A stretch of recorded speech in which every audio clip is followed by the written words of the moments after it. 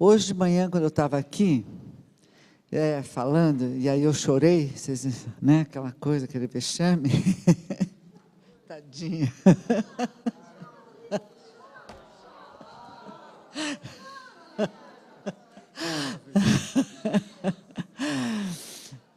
Então, porque eu falei que da Esther Frankel e do Rubens, que a gente nós somos os pioneiros, né? Aqueles todos que eram os transgressores, como disse, os selvagens, na época da introdução da psicoterapia corporal no Brasil. O Rubens é uma pessoa muitíssimo querida para mim, eu não vou chorar, juro. Um grande amigo, e eu devo muito ao Rubens, porque, na verdade, foi ele que me levou nesse panorama internacional. Ele é diretor do curso do Japão e de vários cursos fora do Brasil, e ele é que me convida, muitas vezes, para todos esses cursos, e ele foi o primeiro que foi me levando para essas viagens do exterior, que eu morria de medo de avião, lembra? E aí ele dizia, o avião não vai cair, o avião não vai cair, então... Nunca... Já, né? Então, é um prazer estar aqui com ele. O Rubens é psicoterapeuta e professor, PhD em comunicação pela Universidade de Bolonha, pela comunicação clínica. Forma terapeutas no Brasil e no exterior, e atualmente ele é o presidente da Associação Brasileira de Psicoterapia. Então, eu passo a palavra para vocês, o Rubens.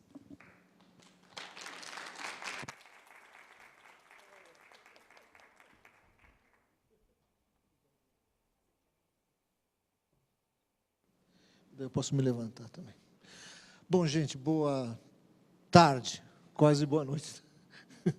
Obrigado pela apresentação. De fato, a Liane é muito mais do que uma amiga, né? Pessoa muito querida, é muito mais, muito mais. Faz a fantasia que você quiser, ela é muito mais.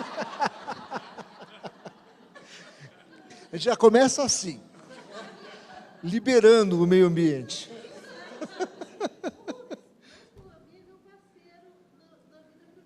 Exato, isso também. Aí vai.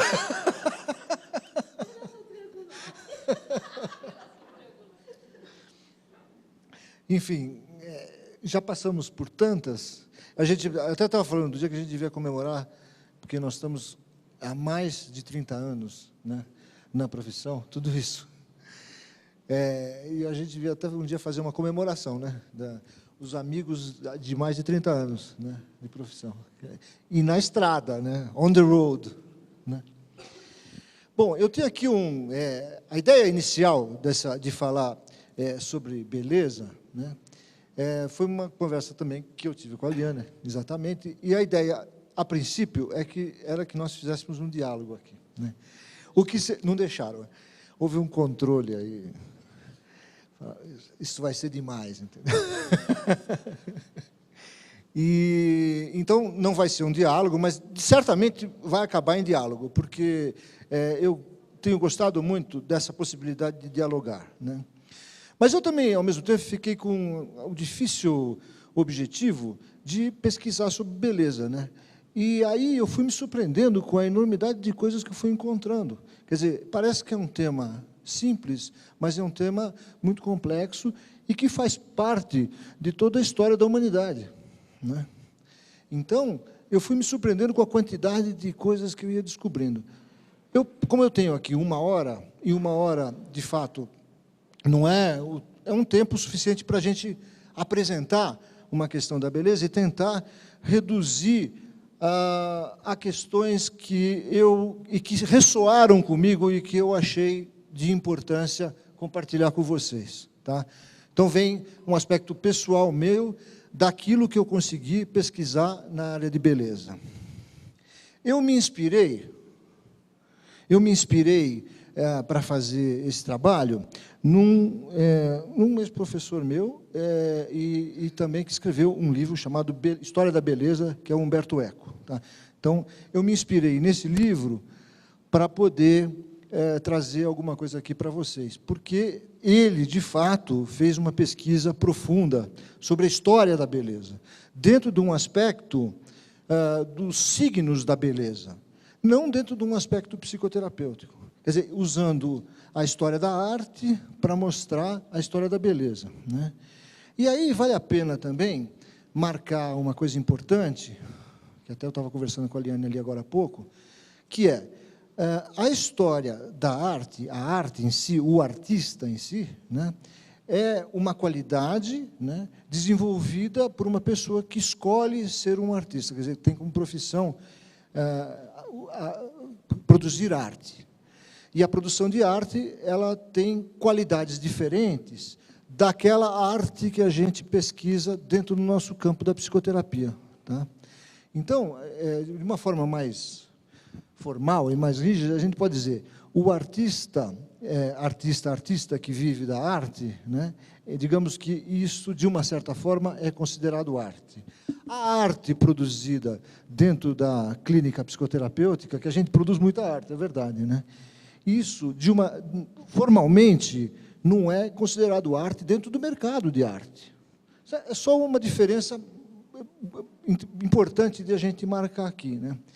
Por exemplo, se você for pensar no Museu do Inconsciente, criado lá no Rio de Janeiro pela Anísio da Silveira, né, o Museu do Consciente, as pessoas que lá moravam produziram muita arte importante que é mostrada mundo afora em museus, tá certo? Ainda essa arte não é considerada uma obra de arte de artista, é uma obra de arte produzida dentro do aspecto terapêutico. É muito interessante. Então, dentro desse aspecto, eu vou mostrar para vocês algumas imagens do Museu do Inconsciente e algumas imagens da arte em geral, tá? E é importante notar também que, na palestra anterior, algumas pessoas já mostraram algumas produções artísticas dentro da área terapêutica. E eu acho que você também, né? Já mostrou? Vai mostrar? Já mostrou, né? Tá. Desenhos dentro da nossa produção de arte terapêutica, que é um pouco diferente, não é? Correto? Concorda comigo? Tá bom. Muito bem. Então, vamos entrar aqui dentro do esquema. Eu botei esse peixe aí. Por que eu botei esse peixe aí? Porque isso é uma obra de arte da natureza. E é uma obra de arte que a gente normalmente não vê, é uma obra de arte que fica nas profundidades do oceano. Então, para você observar essa obra de arte da natureza, você precisa mergulhar, né, no oceano para poder enxergar esse peixe do jeito que ele é, tá? E isso levanta já uma questão para a gente aqui, que é a seguinte: que beleza é essa que a gente enxerga, e que beleza é essa que a gente não enxerga, mas a gente sente, tá? Então, que esse peixe nos sirva como uma metáfora para a beleza que a gente enxerga e para a beleza que a gente não enxerga. Ou a gente pode mesmo dizer a beleza que é aparente e a beleza que não é aparente. Nem toda a beleza aparente é só por aparência, porque, às vezes, a aparência é só uma aparência e não é uma beleza, tá? Então, aos poucos, a gente vai definindo um pouco esses campos. Para isso, eu quero começar com um conto. Vamos ver. Muito bem. É um conto tradicional nosso, tá? O conto tradicional das abordagens terapêuticas. Eu acho que ele é contado aqui um pouco diferente do que normalmente é contado. Eu acho ele muito bonito. Chama-se O Amor do Rio. Depois que Narciso morreu, conta o Oscar Wilde, todas as flores à beira da água ficaram desoladas e pediram ao rio algumas gotas d'água para chorar. Ah, disse o rio, se todas as minhas gotas fossem lágrimas, eu não as teria suficientemente para chorar a morte de Narciso, porque eu o amava. Como não amá-lo? Disseram as flores. Ele era tão belo? Pergunta o rio. Ele era belo? E quem poderia saber melhor do que você? Disseram as flores. A cada dia, ele se debruçava por cima da margem e contemplava sua beleza nas suas águas. Mas não era por isso que eu o amava, disse o rio. Então, por quê? Porque quando ele se debruçava, eu podia ver a beleza das minhas águas nos olhos dele. Não é bonito? Começa bonito, não começa? Começa com o belo. Diferente. Mas isso nos leva imediatamente a questionar a questão da beleza. A beleza é alguma coisa que a gente vê do lado de fora ou é alguma coisa que a gente sente do lado de dentro? A beleza, não é? Que questão é essa da beleza? É uma estética que a gente vê do lado de fora ou é uma percepção, uma sensação que temos do lado de dentro? Então, essa história que Oscar Wilde conta através do mito de Narciso nos levanta essa questão. Então, vamos indo. Uma causa evidente em razão da qual muitos não experimentam o sentimento justo da beleza é a falta daquela delicadeza da imaginação necessária para que se possa ser sensível àquelas emoções mais sutis. Todos pretendem ter esta delicadeza, todos falam dela e procuram tomá-la como padrão de toda espécie de gosto ou sentimento. Muito bem. Esse dito do David Hume, que é um filósofo, tá, nos levanta mais uma questão, não é? Ele coloca que para que se possa enxergar a beleza, se necessita uma certa delicadeza. Tá? Aí vai indo, vamos lá. Agora, vamos voltar um pouco à história da beleza na Grécia, porque foi lá onde começou essa questão da história da beleza. Então, segundo a mitologia, Zeus teria designado uma medida apropriada e um justo limite para cada ser. O governo do mundo coincide assim com uma harmonia precisa, mensurável, expressa nos 4 motes escritos nas paredes do templo de Delfos. O mais justo é o mais belo. Observa o limite. Odeia a híbris, ou arrogância. Nada em excesso. Tá? Então, isso foi o princípio, quer dizer, a perfeição, não é? A harmonia absoluta era aquilo com que, na Grécia, nesse princípio, se ressoava com a questão da beleza. Tá? E é sob estas regras, né, de senso comum grego da beleza, né, era uma visão vista e protegida pelo deus Apolo. Então, você pode ver que essa escultura, né, é um representante da beleza na época e protegida por esse deus Apolo. Tá? Então, tudo que ressoava com essa imagem era o que se enquadrava no conceito de beleza, um conceito de beleza mesmo. Muito bem. Mas, nesse mesmo templo, no outro lado do templo, tem uma outra figura, que é um outro deus, uma outra divindade, que se chama Dionísio. O Dionísio era o deus do caos e ele rompia com toda e qualquer regra. Isto é, ele era absolutamente o oposto do deus Apolo, né? E ele rompia com as regras de beleza do deus Apolo. Vamos ver se tem aqui. Desordem e música vão constituir um lado obscuro da beleza apolínea, harmônica e visível, e como tais se colocam na esfera de Dionísio. Então, o que o Dionísio traz de novo? Ele traz desordem e ele traz música para constituir um lado obscuro da beleza. Isto é, aquilo que não se vê da beleza, aquilo que é ligado àquilo que se sente da beleza. Tá? Aqui, e esse aqui é o são representantes do Dionísio, que não era de se jogar fora, certo? Tinha também a sua beleza escultural, certo? Pelo menos nessa representação aqui. Então, uma primeira antítese sobre o que é a beleza escultural e o que é a beleza sensível aparece já lá no templo, tá? Nessa questão.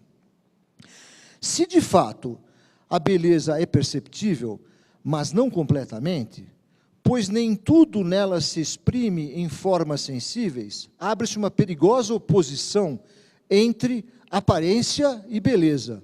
Oposição que os artistas tentarão manter entreaberta, mas que um filósofo, como Heráclito, abrirá em toda uma amplidão, afirmando que a beleza harmônica do mundo se evidencia como casual desordem. Tá?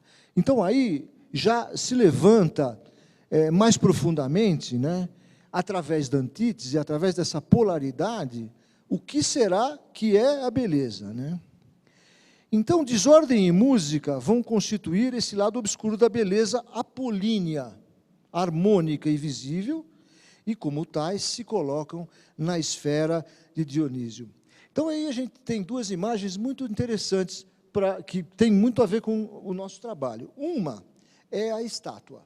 A estátua de Apolo parte de uma ideia. Ela está lá para ser contemplada, para ser admirada, tá? Ela é absolutamente estática e está lá para isso. E a música de Dionísio, ou o teatro de Dionísio, né, o que ele faz? Ele suscita paixões. Tá? Então, o obscuro dentro do organismo, aquilo que a gente não enxerga, aquilo que está nas profundezas do mar do nosso organismo, suscita paixões que aquela beleza apolínea não suscita. Suscita um outro tipo de percepção, não que não seja bela, mas suscita, sabe, esse jogo entre uma e outra é que nos levanta a questão da beleza agora, né? Muito bom, vamos lá. Está indo bem, Eliane? Aí, eu queria trazer essa poesia do Manuel Bandeira, que diz o seguinte, olha só que bonito, que aí já tem a ver com a arte de amar, né? Se queres sentir a felicidade de amar, esquece a tua alma. A alma é que estraga o amor. Só em Deus ela pode encontrar satisfação, não noutra alma. Só em Deus ou fora do mundo. As almas são incomunicáveis. Deixa o teu corpo entender-se com o outro corpo, porque os corpos se entendem, mas as almas não. E aí, o Manuel Bandeira, ele brinca justamente com esses dois lados, de corpo e alma, daquilo que você enxerga e daquilo que você não enxerga. Tá? Então, quando ele diz, deixa os corpos brincarem, ele quer dizer, esquece, na verdade, o teu mundo racional, a tua mente, né, para poder, então, encontrar, né, a beleza do movimento, a beleza do encontro. Tá? Essa poesia eu vou deixar por último, porque ela é forte. Nem sei se eu tenho coragem de ler. Também é do Manuel Bandeira. Mas vamos em frente aqui. Esse aqui, ó, são duas estátuas do Praxílites, a Vênus de Quinido e o Hermes com Dionísio quando criança. Por que eu trago essa estátua aqui? Porque a beleza grega não idealiza um corpo abstrato, mas busca uma beleza ideal operando uma síntese de corpos vivos, na qual se exprime a beleza psicofísica, que harmoniza alma e corpo, ou seja, a beleza das formas e a bondade da alma. É este o ideal daquilo que se chama kalokagatia, cuja expressão mais alta são os versos, se exprimem através dos versos de Safo e as esculturas de Praxílites. Por que eu trago isso aqui? Porque na história da beleza, tá, não basta a gente ver a escultura em si. Porque isso é uma escultura de muitos anos antes de Cristo, certo? É uma escultura que pertence àquela época, tá? À beleza daquela época, tá certo? Então, a beleza, através da história do mundo, ela foi se transformando, tá? Aquele filminho que ela passou aqui da anorexia e da bulimia, quer dizer, você podia ali também ver uma história da beleza, quer dizer, aquela moça estava à procura da beleza, então ela passou por toda aquela angústia, porque ali ela tentava se encontrar bela, da forma como ela se sentia bela, tá? E isso pertence aqui ao nosso tempo, isso é atual, mas naquela época não era assim. Então nós vamos dar uma passada aqui agora, para dar uma olhada na evolução da beleza através dos tempos, tá? Então, vamos lá.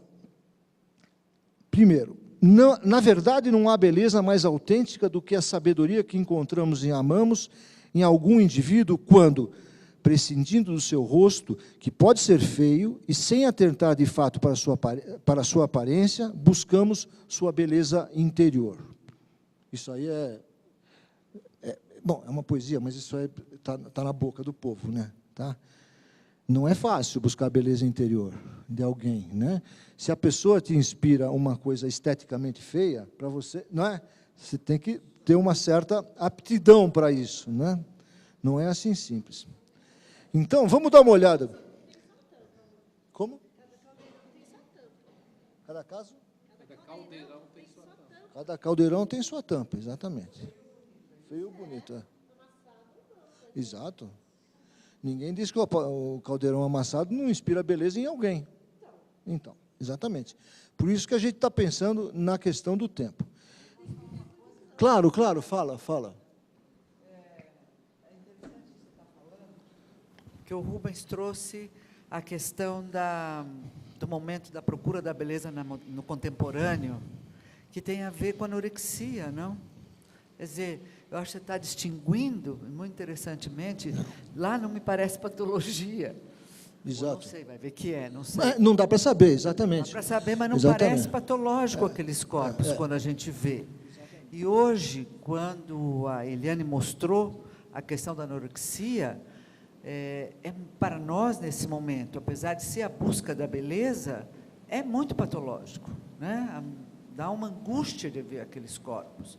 E esses não, esses dá a sensação, ou por uma aprendizagem muito grande, que esse corpo que você está trazendo é uma beleza fantástica, né? Então, a gente aprendeu a ver as Vênus como muito belas, né?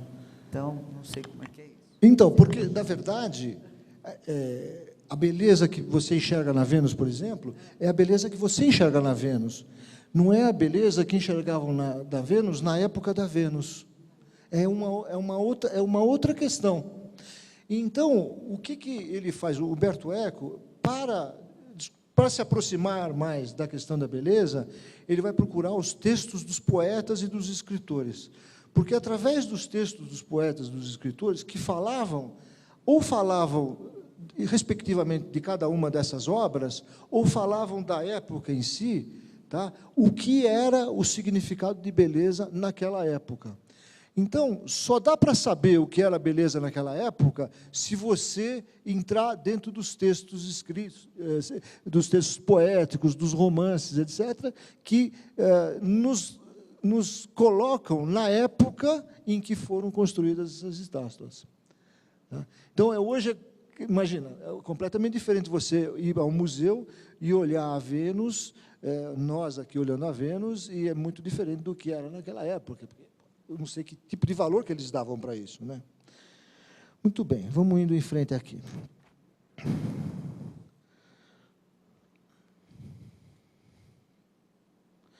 Aí, continua. Isso que primeiro eu preciso passar por isso aqui, desculpa aí. Então, aqui tem várias imagens da Vênus nua, através dos tempos, como ela foi se transformando. Não sei se dá para ver razoavelmente bem daí. Então, porque a foto é pequena mesmo, tá? Então, através dos tempos, a Vênus nua foi se transformando, e a imagem dela foi mudando através dos tempos. Ela nunca deixou de ser Vênus, mas a imagem dela foi mudando. Isto é, a beleza daquilo que representa a Vênus nua foi se modificando através dos tempos, tá? Então, aí a gente vê a gente vê desde do século IV antes de Cristo até... Dá para enxergar ali, não? Até... Não dá para enxergar, né? Infelizmente, desculpa, mas não tinha outro jeito de fazer isso. E aqui, ó, ela vai evoluindo, ela evolui até os nossos tempos. Quem disse que aquelas também não são representantes de Vênus hoje em dia? Tá? Vejam que interessante. E aqui é o Adonis nu. Tá? A evolução do Adonis nu. Aqui a gente tem o Jones Weissmuller, o Marlon Brando, Arnold Schwarzenegger, como representantes de Adonis nu na nossa época, no contemporâneo. Tá? Então, vejam como a beleza tem aspectos semelhantes e tem aspectos muito diferentes de acordo com o tempo. Tá? Vamos ir daqui. Aqui a Vênus vestida. Olha que pesquisa fantástica. Tá? São várias mulheres, que desde a Vênus até a Vênus de hoje em dia, representada por algumas artistas de cinema aqui embaixo. Tá? Aqui o Adonis vestido, vai chegar no George Clooney ali embaixo, tá vendo? Vai chegar no Mick Jagger. São Adonis de roupa, são representantes da beleza. São representantes. Por mais, Mick Jagger eu não acho muito bonito, mas ele é um representante da beleza, porque ele tem alguma coisa de beleza, tem nele, né? Aqui, ó, rosto e cabeleira de Vênus. Como a cabeleira foi se modificando através dos tempos. O cabelo foi se modificando. Viram aquele filmezinho, como ela vai modificando o cabelo também? A moça vai modificando o cabelo. Por quê? Para se tornar mais bela, né? Rosto e cabeleira de Adonis também vai se modificando. Fantástico isso, né? Aqui a Maria. Os representantes de Maria. Vou botar a Liane aqui, né?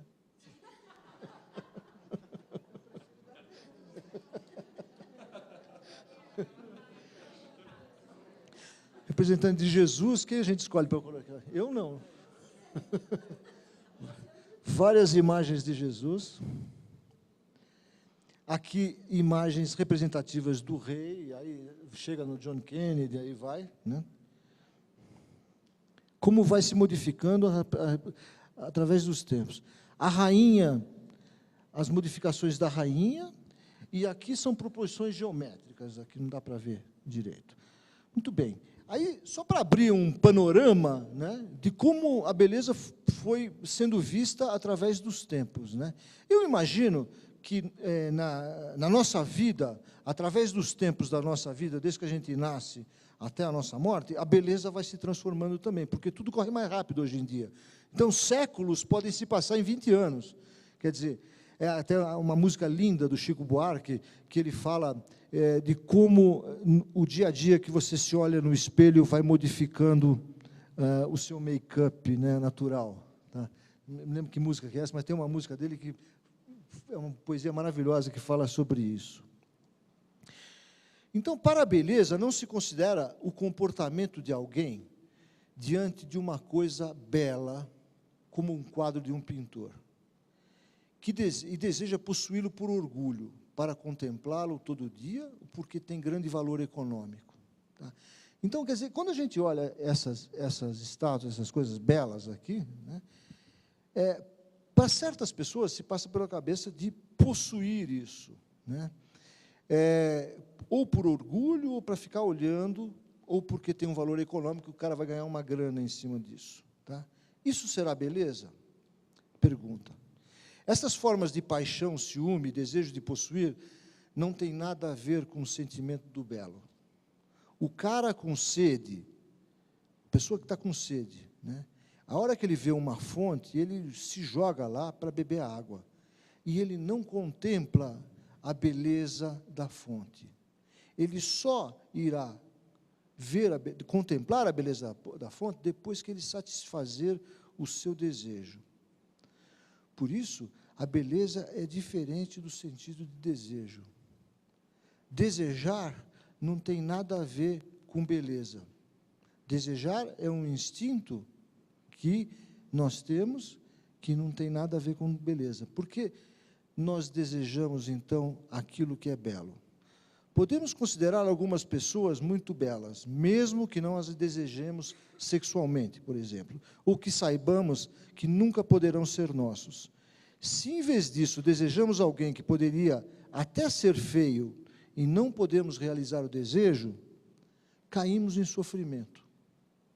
Isto é, tem muita coisa bela, né, que você deseja, mas não pode ter. Então, você aceita, não sofre. Mas, de repente, tem uma coisa que poderia até ser feia, que você deseja, tá? E se você não pode ter, você sofre. Onde está a beleza nisso? Questões que a gente vai levantando, tá? Nas diferentes épocas, a beleza ganhou aspectos e aceitações diferentes. Esses aspectos ficam difíceis de saber só através das pinturas ou das artes em geral. Portanto, para sabermos se algo era considerado, o importante é ter algum texto que nos conte. Nos tempos antigos, se considerava a arte tanto aquela do pintor e do escultor, quanto aquela do construtor de barcos, do marceneiro ou do barbeiro. Somente muito mais tarde, para distinguir pintura, escultura e arquitetura daquilo que hoje chamamos de artesanato, é que se elaborou a noção de belas artes. A relação entre beleza e arte muitas vezes colocou-se de modo ambíguo, pois mesmo privilegiando a beleza da natureza, admitia-se que a arte poderia representá-lo de modo belo, inclusive quando a natureza fosse perigosa ou repugnante. Por que a beleza é sempre documentada através de obras de arte? Porque foram os artistas, romancistas, poetas que nos contaram através dos séculos o que eles consideravam belo e que nos deixaram esses exemplos de beleza. Estão me acompanhando? Tudo certo? Tudo certo, Leandro? E vamos lá, então. Vamos ver algumas imagens. A pena que a projeção ela não está tão impecável quanto aparece aqui no computador. Mas aqui a gente vê uma imagem de beleza, né, de amor, de sensualidade, né, representada por esse pintor Agnolo Bronzino. Tá? Veja o que isso inspira em vocês, não só a imagem estética em si, mas o que inspira em vocês de emoção quando olham isso, quando olham essa imagem. Tá?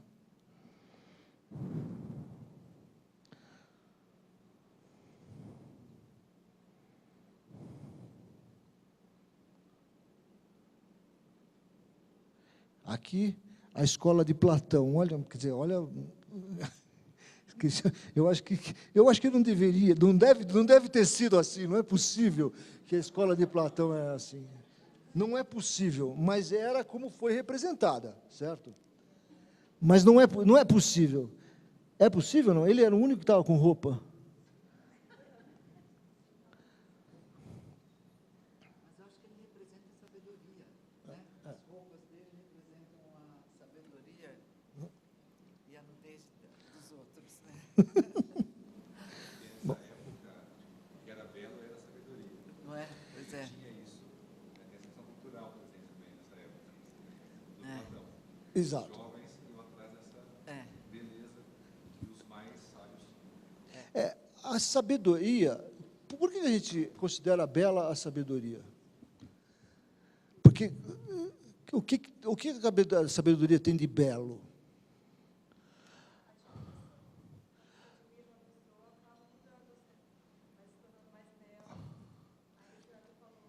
Admiração e beleza são duas coisas diferentes. Uma coisa é você admirar, outra coisa é você achar belo, né? A atração é uma outra coisa, também não é a beleza. A beleza pode atrair, mas não atrair. Atração também não é beleza, né? O que a sabedoria nos traz de belo? Como? Não entendi. O sábio é o mais justo. Na sabedoria você pode encontrar justiça, você pode encontrar o justo, correto. O justo é belo? Como que o justo é belo? Quer dizer, o justo é belo, foi a primeira proposição, exatamente, mas a gente vê que a gente tem as antíteses, né? O justo é belo, é aquilo que é harmônico, mensurável, perfeito, né? Quer dizer, o justo a balança não pende nem para um lado pelo outro, quer dizer, o justo é o justo, tá?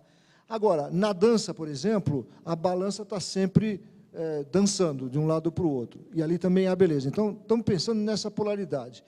A sabedoria, pode ser que a sabedoria, é um pensamento, a sabedoria inspira beleza, porque a sabedoria te traz uma sensação de belo interna.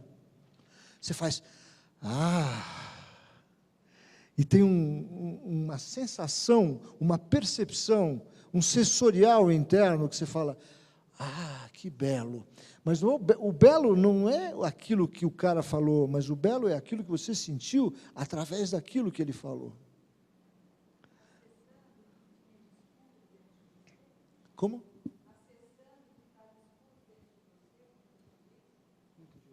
Acessando o obscuro, aquilo que você falou. Acessando, exatamente, acessando o obscuro. Quer dizer, é uma coisa que você não vê, que você sente.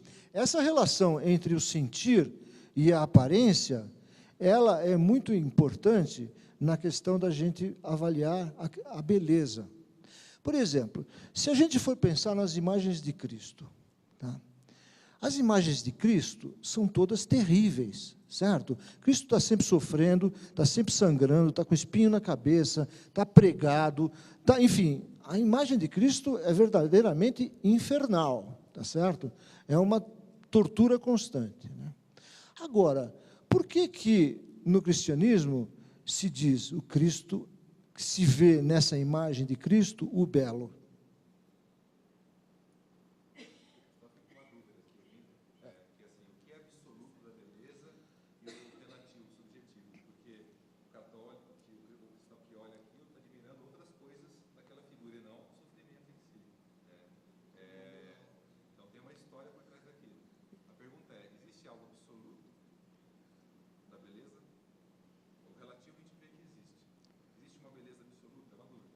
Não, eu acho perfeito, porque nós estamos, de fato, fazendo um diálogo agora. E é por aí que eu queria caminhar mesmo. O quê? Você quer falar? Não, é perfeito. Quer dizer, eu acho que essa questão de Cristo, de você poder enxergar o belo, né, é porque você não presta atenção na aparência de Cristo.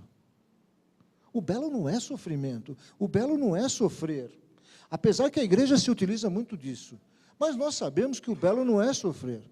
O belo vai muito além da aparência de Cristo. Ali sim se encontra a beleza. Tá? Fala, Edson, fala, Padre Edson. Diga.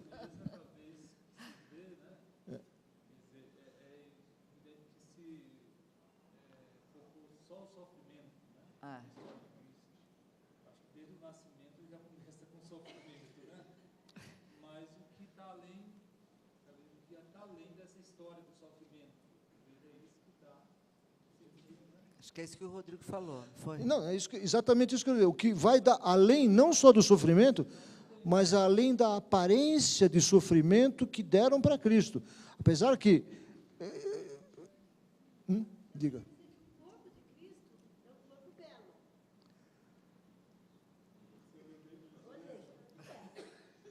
Mas hoje também se fala... Só se for o do Pasolini, né? Porque os que tem por aí, eles estão sempre...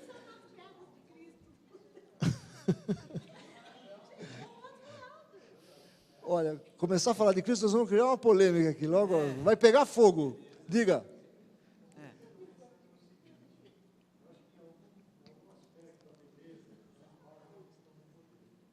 Do poder? Claro. Ok.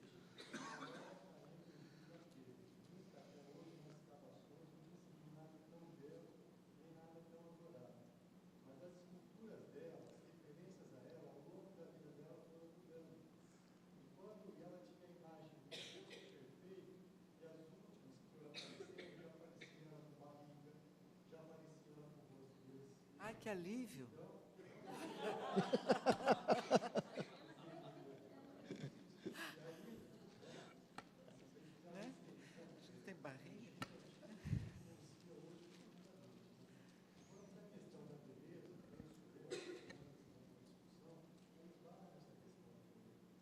Esbarrar na questão do quê? Do poder. Não, perfeitamente. Eu ia chegar nesse ponto um pouco mais para frente, e quando a gente vai falar, só um minutinho, a gente vai falar justamente por que essa beleza era cultivada dessa forma, né? Porque, de fato, esse tipo de beleza inspira poder, tá certo? Pode ser utilizado como poder, como poderoso, tá? Então, nesse aspecto, a beleza se transforma numa questão extremamente importante, que é um recurso para a sua autoestima, para você se valorizar a sua autoestima. Então, você recebe um paciente arrasado no consultório, todo dia, né? Nós estamos, eventualmente, arrasados quase todo dia, né? Basta prestar um pouco mais de atenção nas coisas, né? Então, a pessoa chega arrasada, né? Chega feia, né? Feia no sentido que ali você não vê beleza, você vê tristeza, você vê sofrimento e tudo, né? E, eventualmente, numa sessão, você vai trabalhando, né?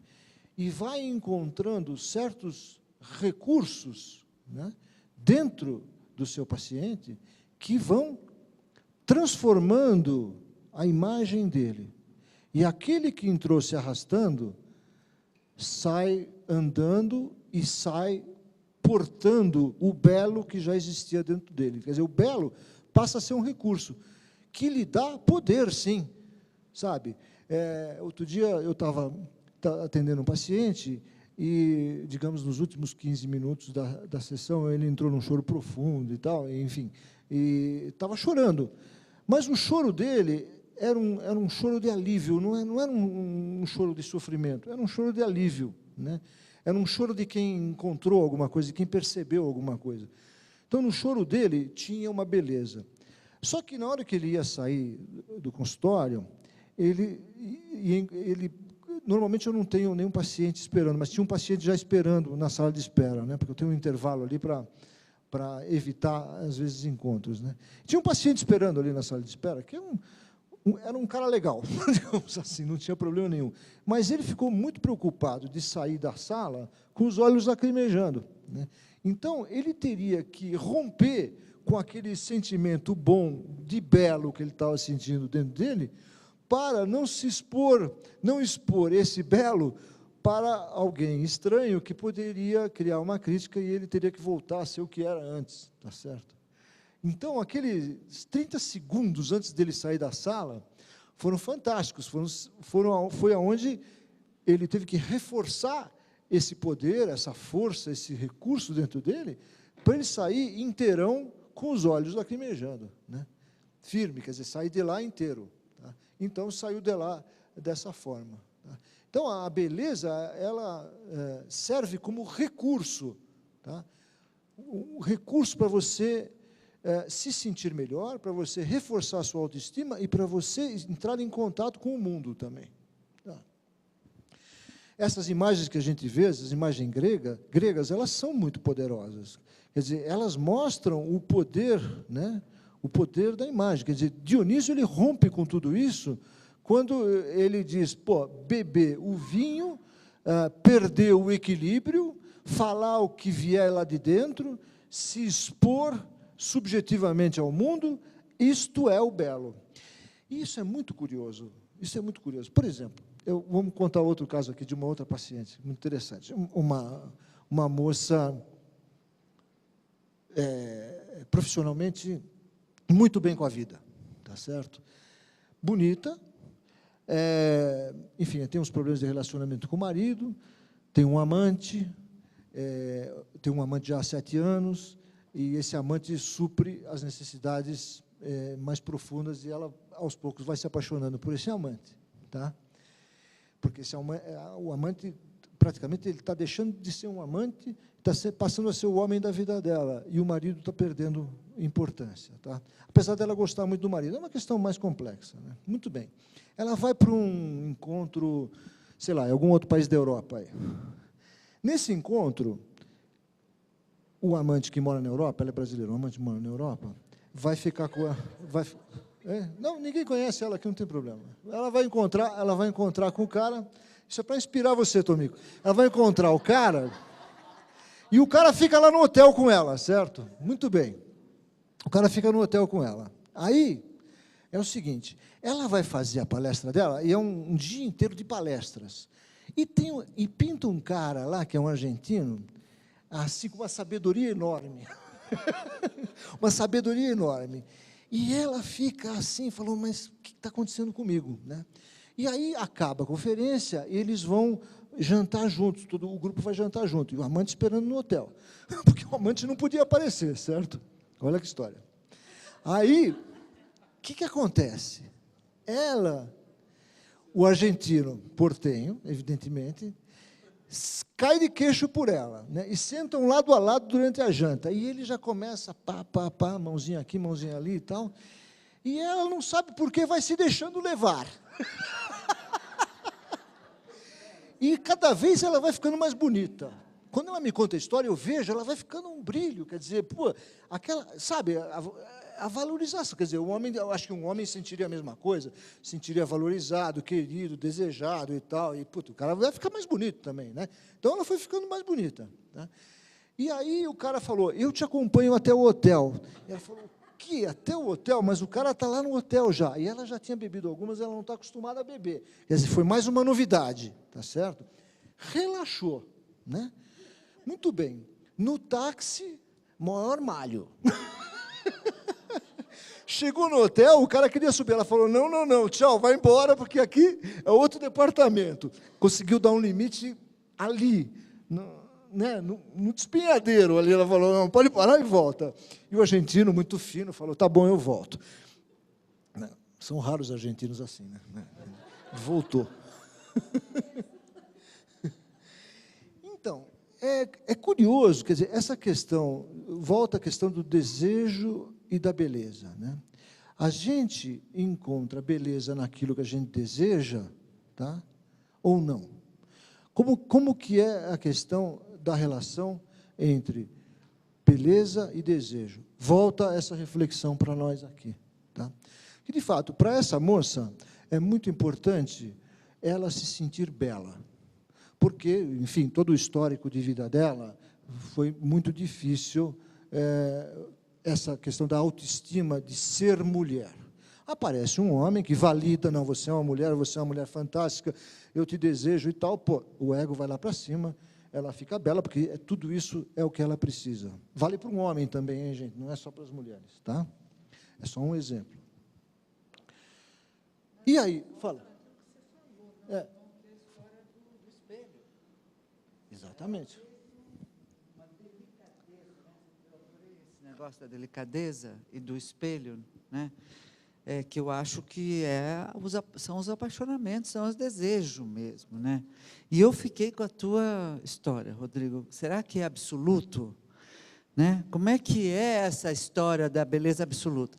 E me lembrei do Safra, porque o Safra tem lá o livro dele, A Face Estética do Self, onde ele coloca o tempo inteiro da importância da beleza da mãe. E aí, cada vez que eu li o Safra e ele fala da importância da beleza da mãe, da estética, eu fiquei sempre pensando, como é que esse bebê, uma pergunta para você, julga essa beleza da mãe? Aí a gente sabe que ela é interior, não é absoluta. Mas ele fala, o Safra, que é impossível se criar um sujeito sem estética. Então, isso é importante, sobre tudo isso que você está falando. Você está trazendo um fator, quer dizer, eu vou pular algumas imagens aqui, que tem a ver com... Porque isso aí é importantíssimo. Olha só, olha essa imagem. Puta, não dá para ver direito, né? Quer apagar a luz um pouquinho? Olha que fantástico. Você falou do bebê, né? Quer dizer, você vê uma criança, feiura, ponto de interrogação, com esse olhar maravilhoso. E aí, vamos para outra. Isso aqui é um quadro de Picasso. Feio ou bonito? nos leva a uma reflexão, né? Tá certo? O quê? Exatamente. E essa aqui, então? Mais atual. Eles devem se achar bárbaros, né? Quer dizer, eu não acho muito, mas... não, mas não é? Chocante, não é? Isso aqui, ele está procurando uma beleza, você pode ter certeza. Quer dizer, ele está procurando uma coisa dentro dele. Ele vai se juntar com a turma dele, né? Essa que você gosta tanto, Liane. Ó. Você queria um quadro desse pendurar na sua casa, não?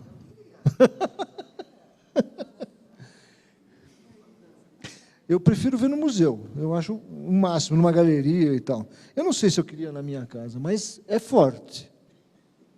Mas você não falou que a beleza interior, a obscuridade suscita paixão? Ah, não, mas eu estou...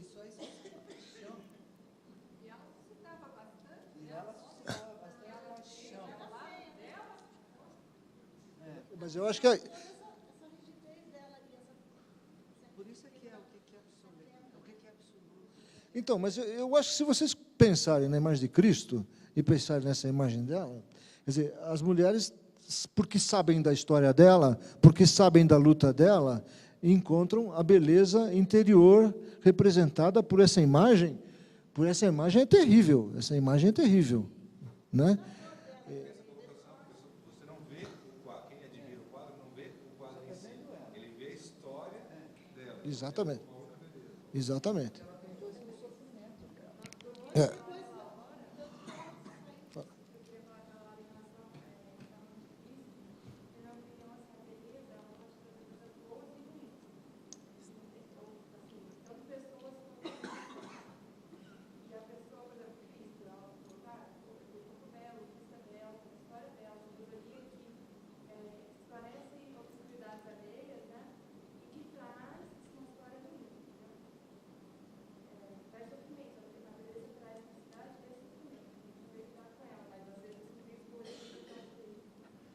Talvez a beleza traga sofrimento por você não poder possuí-la. Aí, sofrimento é belo? o sofrimento não é belo. Não é belo. O sofrimento não é belo. O sofrimento...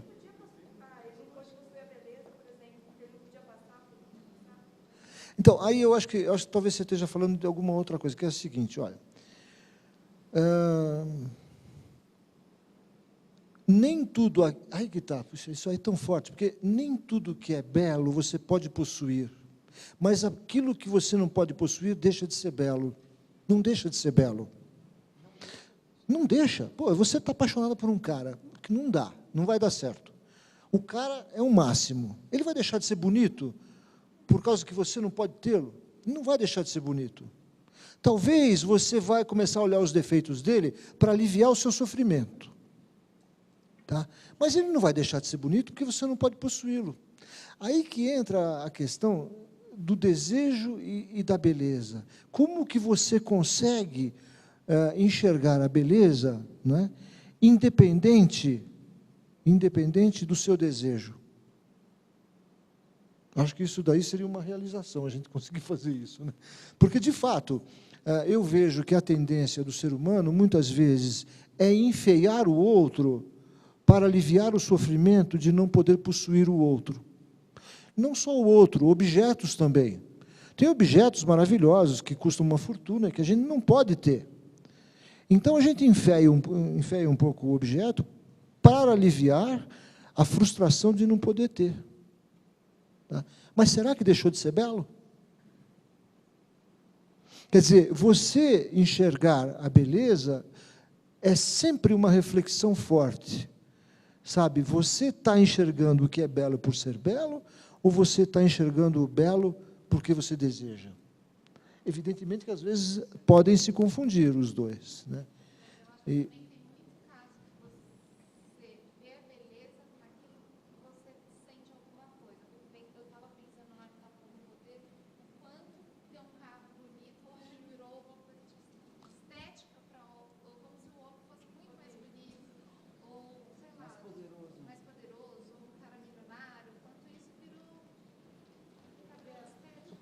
Claro, porque o carro é uma produção de arte de algum ser humano. Então, o carro bonito é uma extensão do belo humano, tá certo? Então, mas é um objeto. Como que pode isso, né? Quer dizer, o cara passou naquele Ferrari, você se apaixona por ele. Não faça isso. Fala. Por um momento. Que você enxerga o belo e você enxerga o belo que você deseja.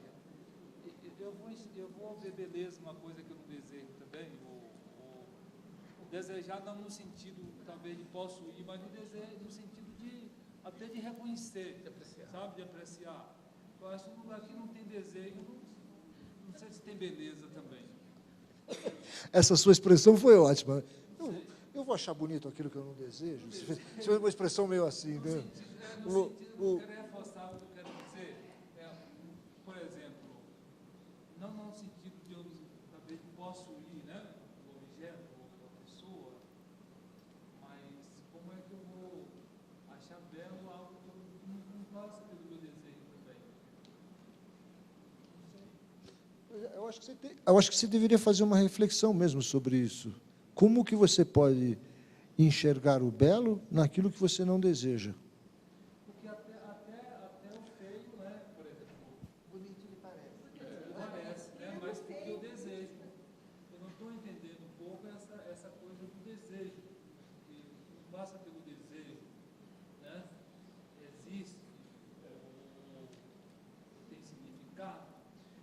Mas eu acho que você falou uma coisa, Rubens, que é assim, na hora que talvez seja nomeado de belo uma coisa que é inconsciente coletivo, e você estava colocando os carrões, aí eu acho que ele é nomeado, batizado, mesmo que eu não deseje e não coloque o meu olhar para ele está batizado de belo.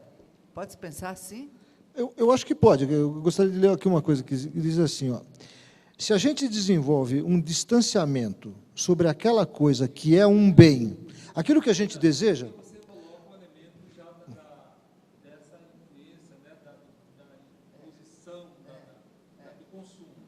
Mas, por exemplo, tem gente que vai numa cachoeira e diz assim, eu não acho nada disso belo. Não coisa mais bela do que uma cachoeira.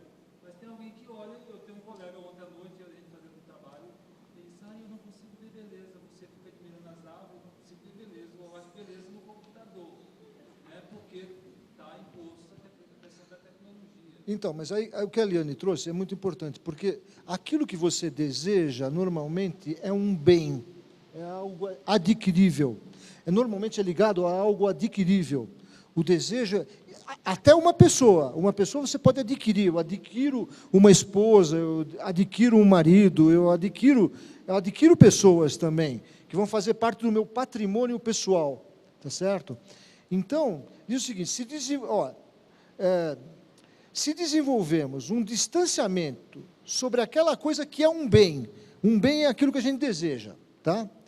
Mas um bem alheio, podemos ficar comovidos sem nos deixarmos dominar pelo desejo, tá? Então, eu tenho um bem, esse computador aqui, você está muito afim dele, mas ele é meu, tá? Você acha ele bonito, esse bem. Como você vai fazer para lidar com o seu desejo, se isso aqui é meu?